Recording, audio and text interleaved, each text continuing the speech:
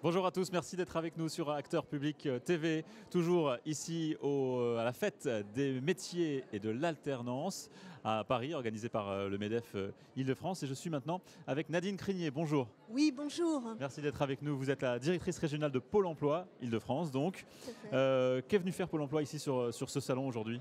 Alors nous sommes présents depuis de nombreuses années pour une raison au fond assez simple. Nous accompagnons des jeunes de moins de 30 ans dans un projet d'emploi et nous accompagnons aussi des entreprises dans leur recrutement. Et le contrat d'apprentissage comme le contrat de professionnalisation sont des bons vecteurs de retour à l'emploi avec quand même quelque chose qui est inédit. On peut préparer un diplôme.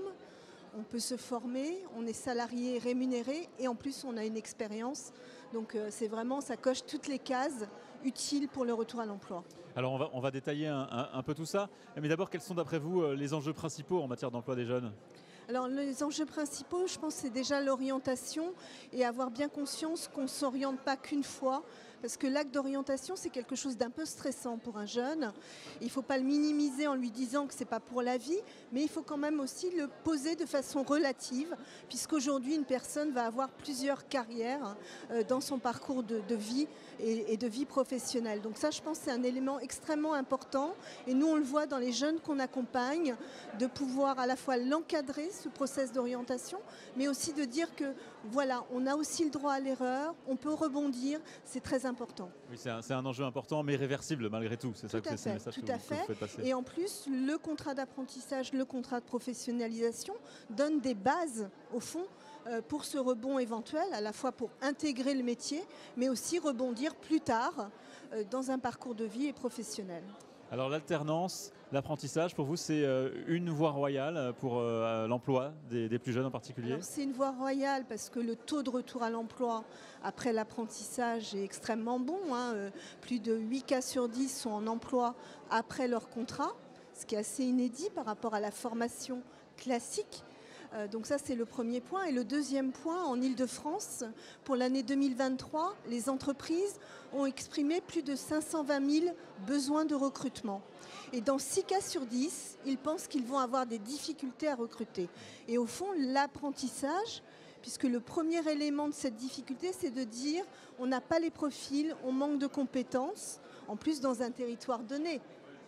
Donc l'apprentissage est une bonne réponse à ces besoins. Alors il faut anticiper, parce que la personne ne va pas réaliser tout de suite l'ensemble des activités, mais c'est un pari gagnant dans la durée. Et ça se sait aussi autour du bassin de vie de l'entreprise.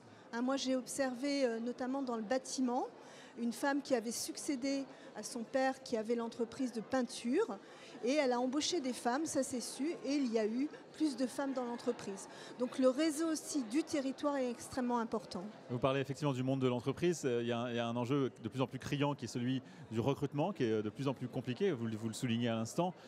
Comment, de son côté, le monde de l'entreprise peut jouer un rôle dans l'emploi des jeunes pour encore améliorer les dispositifs, être plus attractif encore ?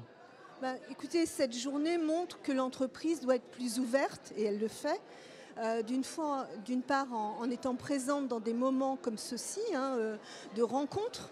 Je crois qu'on est encore beaucoup trop sur le CV, même si ça a évolué. Donc au fond, beaucoup d'employeurs nous disent j'aurais jamais pris cette personne si vous ne me l'aviez pas présentée. Donc multiplier ces rencontres employeurs, c'est essentiel.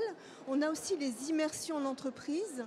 En 2022, c'est 8000 immersions qui ont été réalisées en Île-de-France. Là, c'est l'ouverture non seulement de l'entreprise à une visite, mais aussi à être au cœur des conditions de travail, au cœur de la relation salariée, au cœur aussi des enjeux de développement économique et qui vont montrer au fond qu'on peut se choisir tant en tant que futur salarié, mais aussi en tant que futur employeur.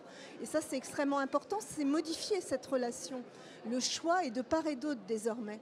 Et donc ça, les entreprises le comprennent et elles adaptent leur modèle. Effectivement, vous parlez du salon ici. Il y a 5000 offres d'emploi proposées aujourd'hui tout au long de cette journée à tous les jeunes qui vont venir. Et c'est effectivement un bon exemple d'interaction concrète et directe. On a parlé donc des dispositifs de l'apprentissage, d'alternance. Il y a la réforme du lycée professionnel qui a été, dont les détails ont été donnés la semaine dernière par le président Emmanuel Macron. Comment Pôle emploi s'insère dans ce nouveau dispositif ?